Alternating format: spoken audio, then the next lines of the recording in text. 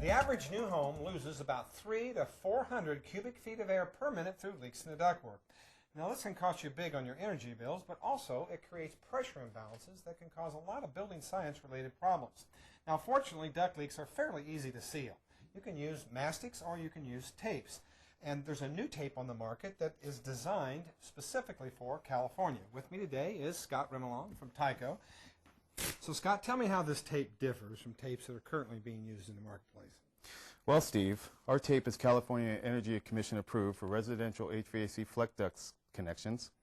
It's metallized, so it's very visible. It's 14 mils thick, so it's much thicker than your standard tapes, and you can tear it by hand.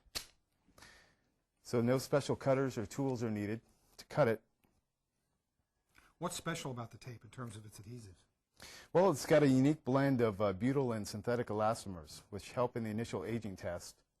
So how long will this last compared to typical tapes? This has actually been tested by independent labs up to 30 years. Really? Now, Scott, a lot of information on the label of this tape. Yeah, it actually identifies the product, in this case Polygon 558CA. It's 181 BFX approved, and it's also labeled as California Energy Commission approved. Scott, the code says that if you're using cloth-back tapes with rubber-based adhesives, you have to use that in conjunction with mastic. How does that compare to your product?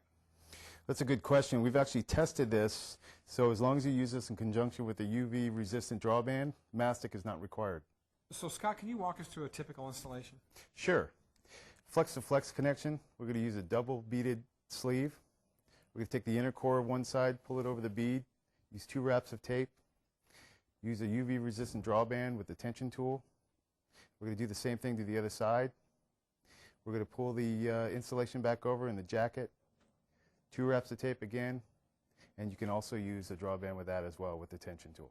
All to get a tight joint. Good information. Thanks for being here. Thank you.